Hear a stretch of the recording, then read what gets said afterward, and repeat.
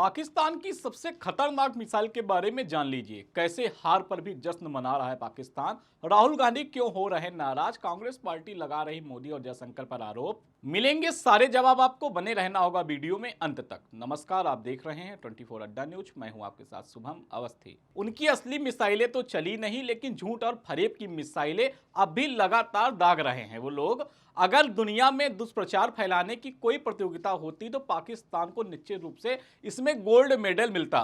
भारत से युद्ध हारने के बाद भी पाकिस्तान की सरकार ने अपने आर्मी चीफ जनरल असीम मुनीर का प्रमोशन कर दिया और उन्हें जनरल अयूब के बाद पाकिस्तान के इतिहास का दूसरा फील्ड मार्शल बना दिया। यानी यह हार का पुरस्कार उन्हें दिया गया। हम जानते हैं कि पाकिस्तान से यहां लिखने में कुछ गलती हुई, उसे लिखना तो फील्ड मार्शल था, लेकिन उन्होंने फील्ड मार्शल लिख दिया। सारी दुनिया आज मजाक उड़ा रही है और कह रही है कि एक फील्ड मार्शल कैसे बना दिया गया। सवाल पूछना लाजमी है। पाकिस्तान ने खुद स्वीकार किया है, भारत की सेना ने मुंह तोड़ जवाब पाकिस्तान को दिया है। पाकिस्तान ने जितना सोचा नहीं था उससे ज्यादा उसको नुकसान पहुंचाया गया है। पाकिस्तान के एयरबेस को तबाह कर दिया गया है। लेकिन हार के बाद भी पाकिस्तान की जो सरकार है, जो सेना है, वो जश्न मना रही है। दोस्तों, हमारे देश के प्रधानमंत्री नरेंद्र मोदी ने ऑपरेशन सिंदूर के बाद राजस्थान के बीकानेर में रैली को संबोधित करते हुए कहा कि पाकिस्तान एक बात भूल गया, अब भारत माता का सेवक मोदी खड़ा है।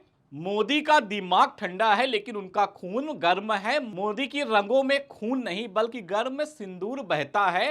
पहले आपको बयान सुनवाते प्रधानमंत्री नरेंद्र मोदी ने क्या कुछ कहा है।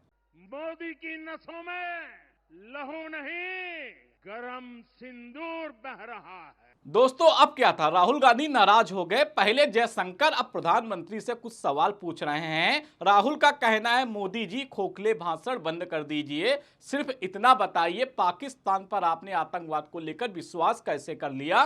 ट्रंप के सामने झुककर आपने भारत के हितों की कुर्बानी क्यों दे दी। आपका खून सिर्फ कैमरे के सामने ही क्यों गर्म होता है। आपने भारत के सम्मान से समझौता कर लिया है।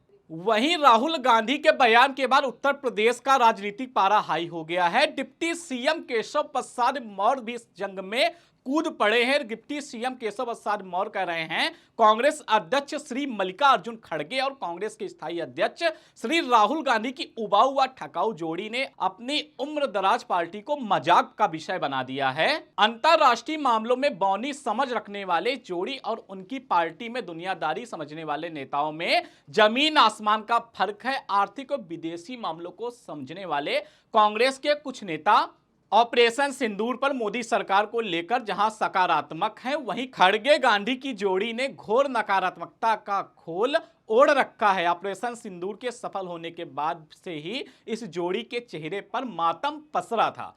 तो दोस्तों, आप समझ सकते हैं उत्तर प्रदेश में भी किस तरीके से राजनीति का पारा बढ़ रहा है केशव प्रसाद मौर्य के बयान के बाद। इसी बीच गोंडा से लोकसभा सांसद निशिकांत दुबे ने 1991 के भारत पाकिस्तान समझौते को लेकर कांग्रेस पर ही हमला बोल दिया है। उन्होंने पूछा है कि भारतीय सेना की मूवमेंट और युद्धाभ्यास की जानकारी पाकिस्तान को देने का समझौता क्यों किया गया था। चलिए आपको सुनाते हैं निशिकांत दुबे ने क्या कुछ कहा है। ये 1991 का डॉक्यूमेंट है। जयशंकर जी उस वक्त तो कहीं ना कहीं छोटे अधिकारी रहे होंगे। सवाल ये हमारी सरकार और आपकी सरकार का नहीं है, सवाल ये है। दोस्तों, अब सुप्रिया सीनेट कांग्रेस की प्रवक्ता पलटवार करते हुए कह रही हैं कि राजीव जी ने 6 मार्च 1991 को चंद्रशेखर जी की सरकार से समर्थन वापस लिया था। यह शायद अप्रैल 1991 का साइन किया हुआ समझौता है। यह एग्रीमेंट पीस टाइम में दोनों देशों के बीच गलतफहमी ना हो या उसके बारे में है। अभी हमने जवाबी कार्रवाई की है क्योंकि आतंकी हमला हुआ है। इसको बीजेपी मान रही कि उसने पाकिस्तान को जानकारी दी थी।